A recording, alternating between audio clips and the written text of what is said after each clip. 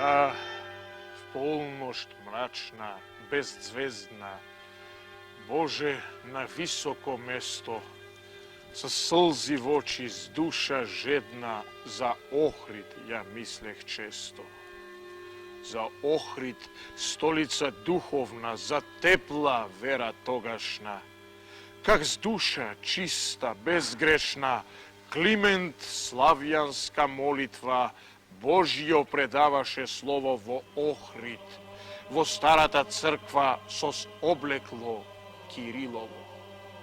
Kak na svoj jazik naroden propovedal krotko, milo, duh na ljubov, duh svoboden, on kadejki so skadilo. On v crkva s ljubov, smirenje, on svoje slavensko stado so Kirilovo učenje napojuval staro, mlado.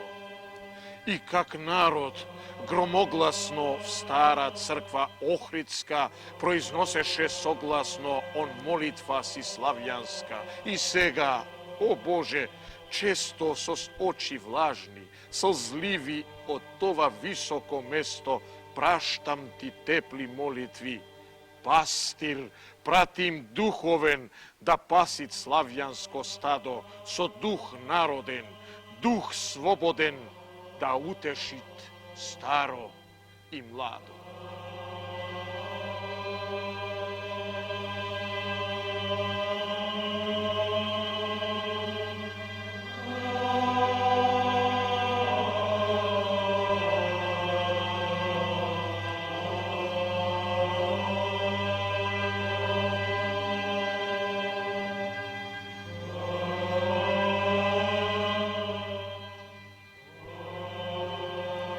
Кога ќе фрлиме поглед наназад низ вековите, не можеме а да не укажеме на еден временски период исполнет со живот, битисуван во разни општествени уредувања, природни катастрофи и војнички насилнички разрубања.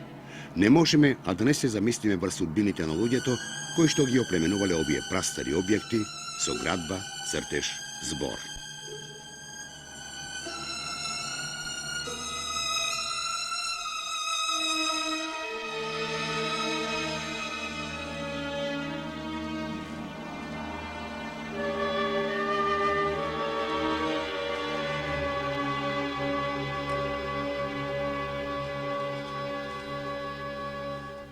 Се работи за време кога се распаѓа робството и кога од сцената на историјата слегуваат и робовите и робовладетелите. За време на големи преселби на народите во Европа, во кои биле чести изненадувањата и продирот на народите што се стрчале кон Балканот и Византија, кон оваа или онаа регија. Во тие лути и вжештени противречности, во тој судбински лелек на човекот и се народното ридание, се зародувала и со ентузијазам се преганувала идејата за христијанството. Луѓето се сретнале со мислата дека се сите браќа и дека се исправени пред заедничка судба. Сепак, оваа идеја ја пресретнувале големи отпори, а проповедниците биле гонети и казнувани, затворани и убивани. Од тој временски период, од времето на Лихнит и Хермелеја, се сочувани поприличен број материјални сведоци, кои што биле очебици на настаните.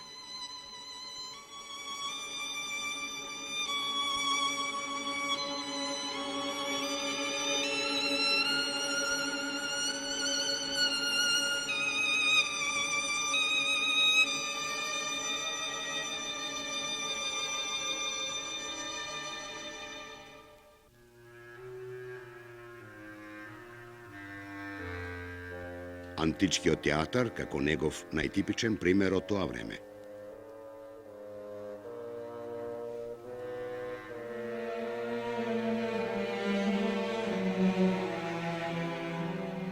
Предметите пронајдени во кнежевските гробници.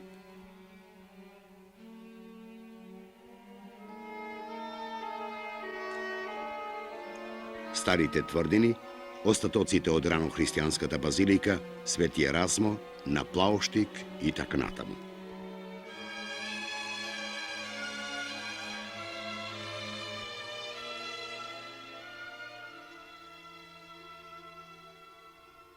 Охрид бил епископско седиште уште во 4. век со мисијата на Еразмо и неговото покрстување на населението. Тој Охрид со својата местоположба, со благите падини загледани кон езерската широчина, бил значаен центар во средновековната културна мапа на Европа. Во еден таков, праклиментов град, ќе пристигнат учениците на Кирил и Методий, најпрвин Климент во 886 година, а потоа и Наум Охридски, и ќе развијат богата и плодна културна активност. Феноменот Охрид може да се свати и да се одгатне само ако се предпостави старата античка култура и општественост која му претходела на христијанството. Според тоа, мисијата на Климент Охридски и на школата на хуманизмот не можеме да изведуваме само низ континуитетот на она за што се залагале првите словенски учители и просветители, односно низ идеите и заложбите на екипата на седмоочисленици, во кој влегувале и браќата Климент и Наум. На тлото на Охрид, во тој стар вруток на христијанството делување, на Еразмо од Антиохија, било живо и возвишено во култ и своевидна култура. Изобилните старохристијански споменици со раскошните базилики, на кои денес се восхитуваме, се јасен доказ на степенот на развиеност не само на христијанството, туку и на општествената и творечка култура, на која морал да смета Климент Охридски.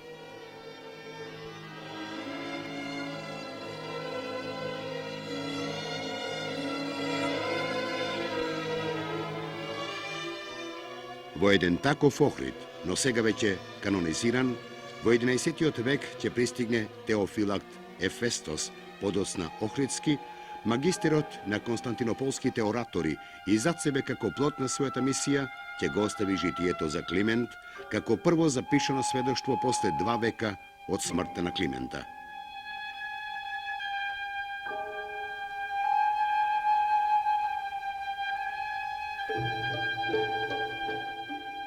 Врз пространото житие на Теофилакт и краткото на Димитрија Хоматијан, пишувано цели 300 години по смртта на Климент, како и врз панонските легенди пишувани од самиот Климент и врз останатите негови дела, денешната наука го реконструира животниот пат на овој прв словенски поет и просветител.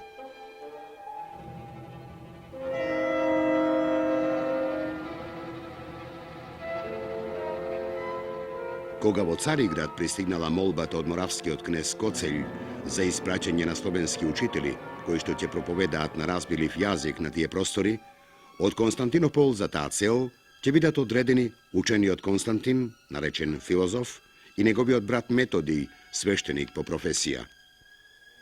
А овие двајца преблажени и богоугодни луѓе, со ништо помали од оние со ист дух озгора напоени, удостоени со двојна благост, ги изведоа луѓето од многу мрачното ѓаволско море. Мисловниот фараон го потонаа и ја истребија сета негова сила. А наоружани со вера и со сила на крстот, не ги воведоа луѓето в пустина, туку ги упатија кон богоразумна светлина.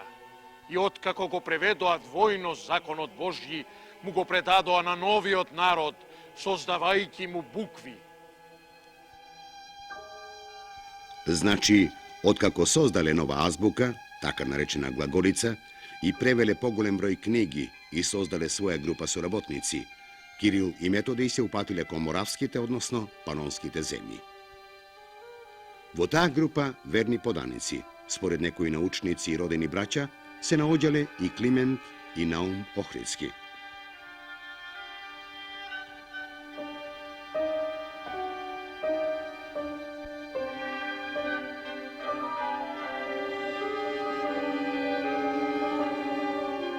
Тие случајно можеле да бидат родени во Охрид, но тие случајно не дораснале да бидат одбрани за таква значајна мисија, каква што била моравската.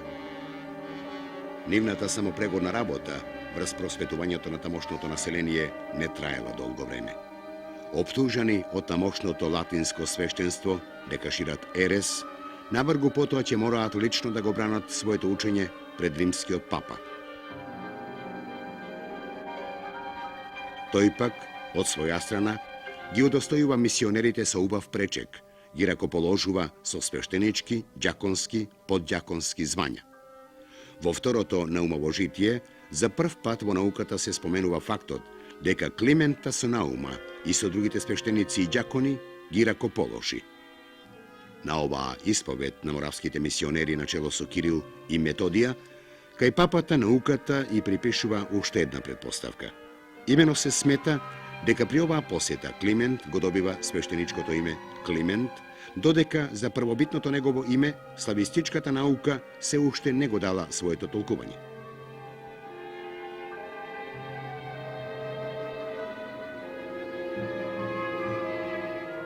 Врачувајќи му ги моштите од папата Климент, откопани при една мисија на Кирил и Методиј кај хазарите во 850-861, кој умрел на Крит во прогонство, тогашниот папа во негова чест, момчето од Охридското крајбрежје, што можеби ги носело моштите, го нарекол Климент.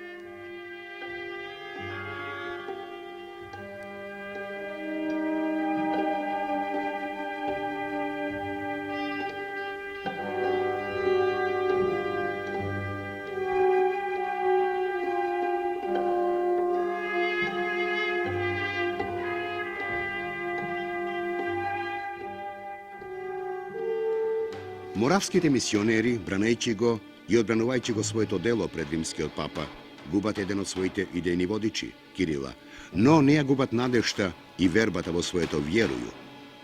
Од Рим се враќаат во Моравија и Панонија и продолжуваат со својата самопрегодна работа, толкувајќи му го на населението Божиот закон на разбилив јазик, а не на туѓ, на кој им проповедаа латинските свештеници. Но овие не ќе седат со скрстени раце. И набрзо потоа по смртта и на вториот идеен водич Методиј во пролета 885 година ќе успеат со помошта на инферентното однесување на наследникот на Ростислав, Светополк, да ги протераат од панонските земји. Житие писецот, ова протерување на учениците на Кирил и Методиј го опишува со доста груб јазик, кога се во прашање однесувањата на германските војници кон големата група ученици и наследници, начело со Гораст и Климент. Тоа беше како пожар во гората кој се раздувува од ветерот. Методиевите ученици ја бранеа верата од отците. Првите беа спремни се да направат, а вторите се да претрпат. Франките нечовечки ги мачеле едните, а другите им ги плечкосувале куќите, додавајќи ја лакомоста кон својата нечесност, а третите, и тоа старите кои беа ја минеле и Давидовата возраст, ги влечеа низ трњето. Мнозина славни мажи ги оковаа во железни вериги и ги фрлија в затвор, во кој им било ускратена секаква утеха, бидејќи ниту роднините, ниту познатите се осмелувале на кој било начин да ги посетуваат. За побезбедно распрснување низ просторите, каде што ќе го шират своето учење, се разделуваат во групи и се упатуваат на разни страни од светот.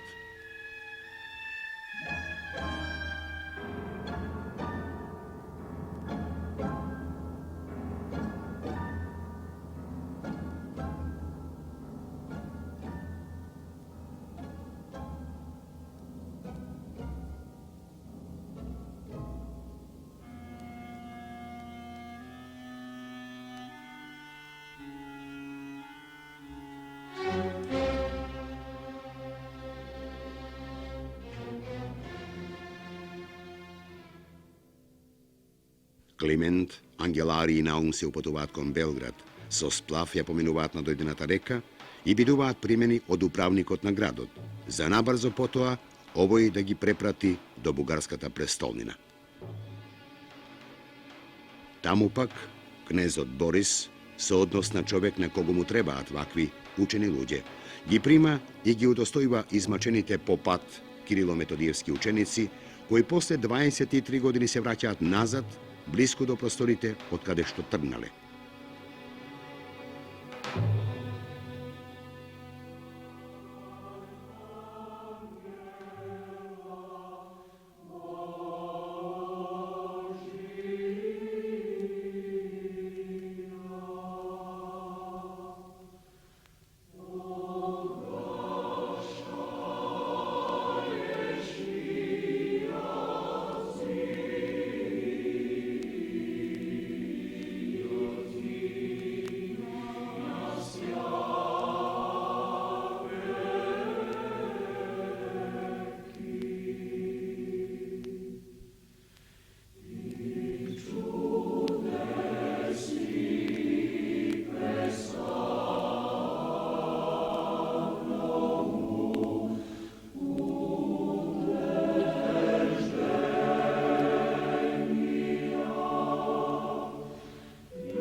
Абергу потоа, Климент ќе биде испратен за учител во областа Кутмичевица, а Наум ќе биде задржан во Преслав.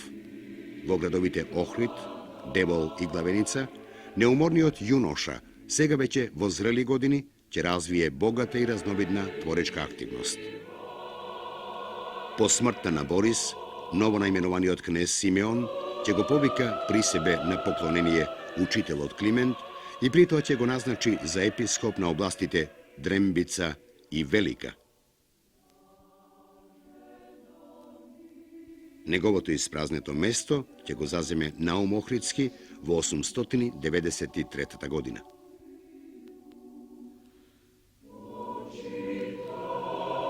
Областите Кутмичевица, Дрембица и Велика, по мислењето на науката соседи, ќе станат центар, универзитет, во кој ќе се школуваат 3500 ученици.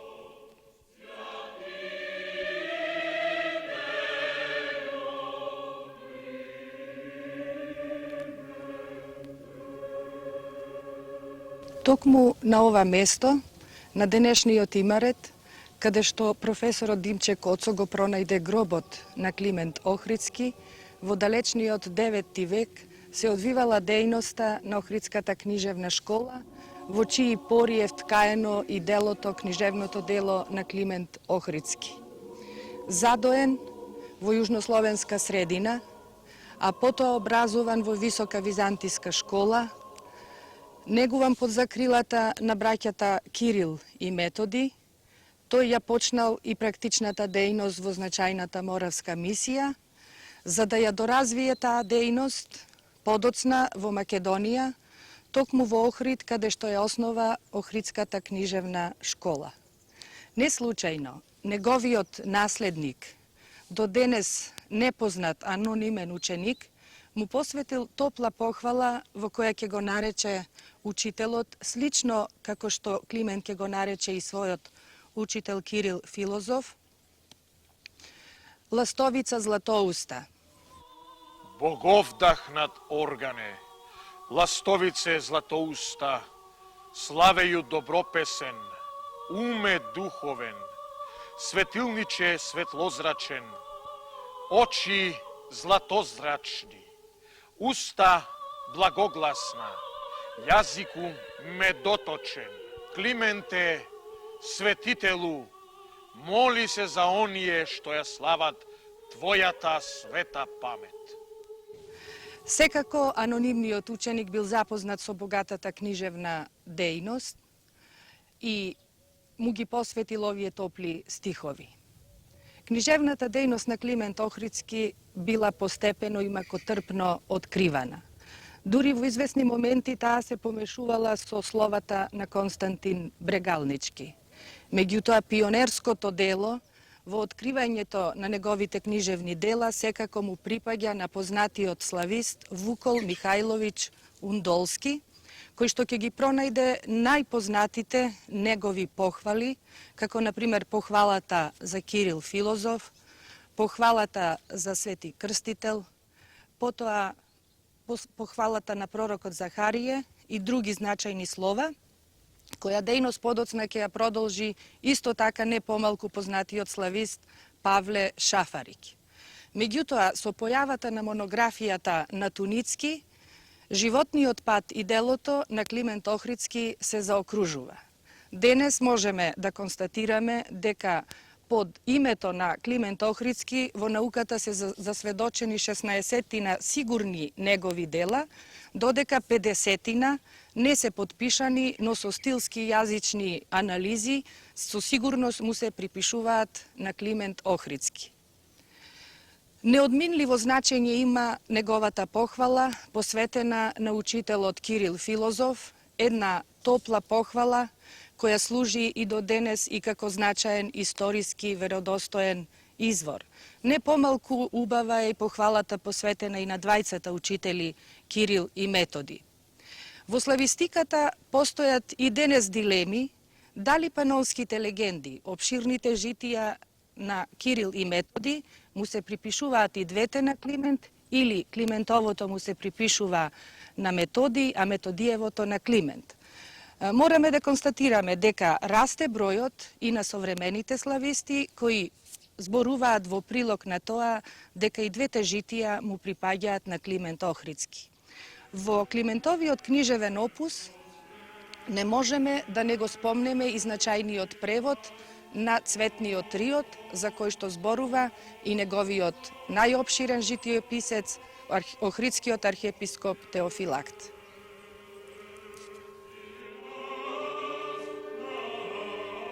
Климент Охридски je создател на Охридската книжевна школа.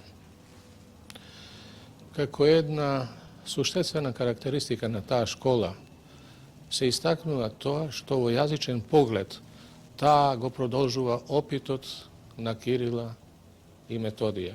Тоа и не е чудно, бидејќи во основата на писмениот јазик создаден од Кирила и Методија лежат македонските говори од Солунско.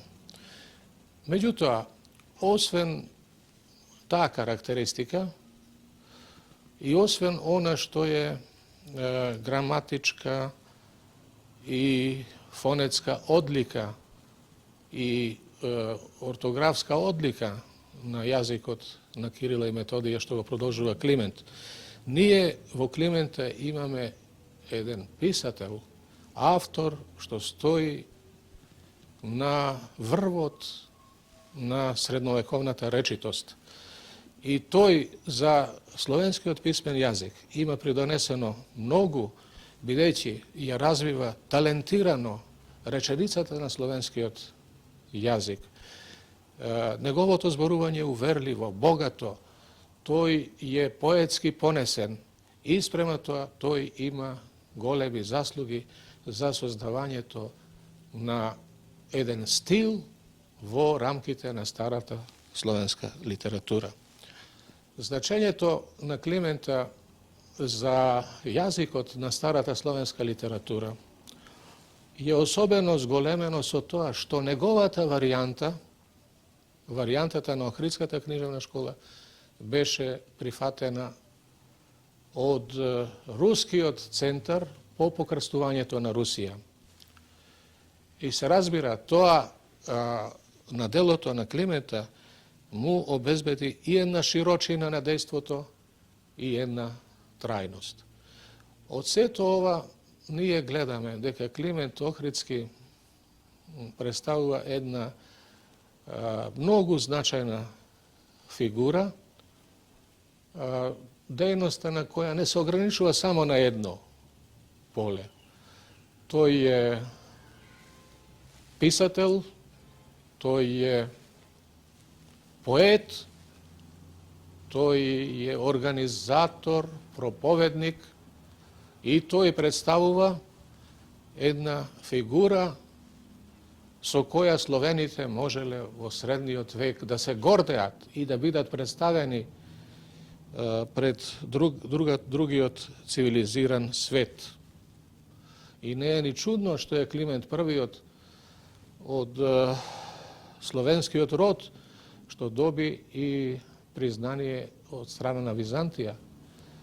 Познато е дека двајца архиепископи Охридски, грци, на грчки јазик, Теофилакт и Димитрije Хоматијан, напишале житија и похвали на Климента.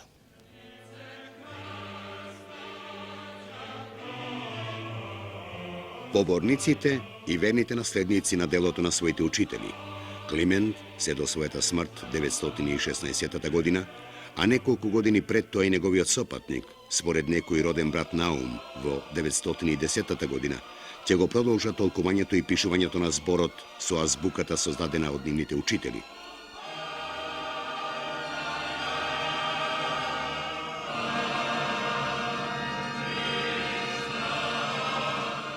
Фактот што цели 2 века подосна ќе сретнуваме ракописи со глаголица се должи на неуморното бранење од кирилицата на учителите Климент и Наум, како и нивните ученици долго време по нивната смрт. Заветот да биде верен ќе простојува низ овие простори уште многу столетја, но на еден друг начин. Својствен за овој народ, создаден да обстојува на ова парче балканско небо.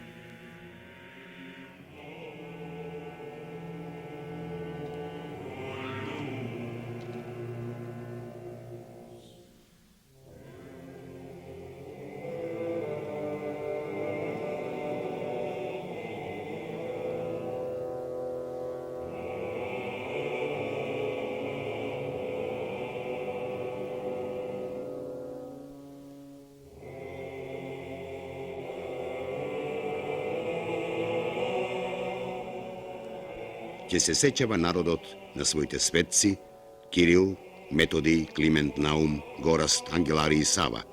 Ќе ги прераскажува од колено на колено, секогаш придодавајќи нешто ново, не оставајќи да се заборават седмочислениците цели 11 века потоа.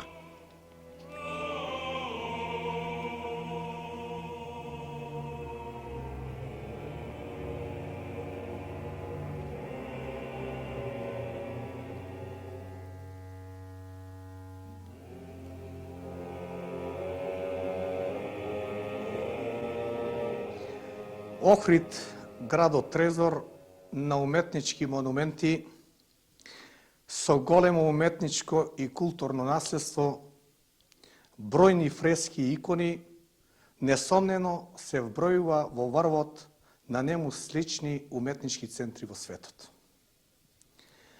Локалитетот, посебната природа, крстопатот на култури на овој регион стварала и раѓала личности, а воедно и привлекувала, кои што оставиле со своите дела печат низ вековите на нашето минато се до денес. Таков е Свети Климент, охридски Методиевиот ученик, сопатник на бројните просветители на словенството, што го створија Охридскиот универзитет. Свети, префиксот на Климента, не е само олицетворение на световната моќ, на религиозната јачина на таа личност. Тоа воедно представува поливалентноста на неговиот дух, на неговата јачина како личност. Во темнината на средновековието, со разните специфични културни, социјални, материјални, духовни прилики, неприлики на овој народ, на овој свет, на овој регион, името на Свети Климента има посебно место што представува на некој начин звезда што го осветлувала и онака темното средновековно небо. Свети Климент неоспорно е бил личност со изванредна сугестија, со моќ, што умел да продира во личноста, во душата на светот што го обкружувала. И затоа, со полно право може да се каже дека он представува претечата, предвестникот на лекарите, на нашата медицина, на модерната и старата психијатрија на словенството. Заедно со Наума, кај него доваѓале толпа на луѓе, кои што носеле разни болни, умоболни, со претерана агресивност, со болни мисли, со болни илузии, халуцинаторни доживувања, со содржина што ги мачела, што нанесувала бол и тага. Тие луѓе секако дека биле излекувани, враќани, долекувани, но секока задоволни кај луѓето што му биле во придружба на нив. И затоа несомнено на неговиот ден, кој што традицијата го ставила низ вековите се до денес, во црквата Свети Климент, денеска во една процесија толпа на луѓе одат да му се поклонат на неговиот гроб, на моштите, на сените негови, да едни од нив го растеретат својот дух, сето она што ги ангажира, што ги оптоварува а други да се подсетат на светлиот негов лик, она што го има сторено со целокупното свое дело, да побарат благослов и крепко здравие од нив. Он живее кај сите нас се до денес и ќе живее во иднина. Изворните вести што не ги пружа за Климента, па и за Наум Охридски Теофилакт, Охридскиот писател, се недвосмислени и потврдени од археолошките ископини. Имено, Климентовите цркви, Свети Пантелеймон и Наумовата црква, Свети Архангел, подигнати се во форма на три конки на тролис, и тоа е Климентовата архитектонска традиција во Западна Македонија, која се до 12 и 13 век ќе биде одржувана во континуитет. Во исто време, тогаш, во Охрид постои и големиот катедрален храм на Света Софија со базиликален тип на градење. Во Македонија, во времето на Климент, се познати и цркви од крстообразен тип. Нема никакво сомнение дека тие биле украсени со фрески и дека во нив се наоѓале портретите на Климент Охридски и пред се на неговите учители Кирил и Методи. Меѓутоа, најстариот сочуван Климентов портрет денес, тоа е неговиот лик во Охридската катедрала Света Софија и тој датира од околу 1045 година. Тука тој е насликан заедно со својот учител Кирил Филозоф и портретите на Климент Охридски имаат своја иконографија, жариште и извориште во Охридската архиепископија се до крајот на 13-тиот и почетокот на 14-тиот век. Околу 1300 година отпочнува голема експанзија на Климентовите портрети надвор од Охридската архиепископија. Благодарејќи на зоографите Михаил и Евтихи, тие се сликаат на широк простор од централните балкански краишта па на југ се до Солун. Климентовите портрети подоцна до 18 век, така речи, низ целиот Балкан се прошируваат, а во 18 век е позната графичката продукција на овие портрети во Виена, Венеција и во Трст. Денес можеме да кажеме дека тој има дефинирана иконографска физиономија. Тој е замислен писател, архиереј, старец со високо чело, долга бела брада, нагласени јаболчници и речиси без коса. Климент Охридски во 19 век, во времето на македонската преродба, има повеќе од 1000 портрети. Не можел во Македонија да се замисли изградба на црква во времето на преродбата, а да во нејзе не биде настикан Климент и неговите учители Кирил и Методи. Дали треба на ова место уште да кажеме дека Климент се јавува заедно со другите словенски просветители, но тој е најпопуларниот светител од словенска средина на Балканот.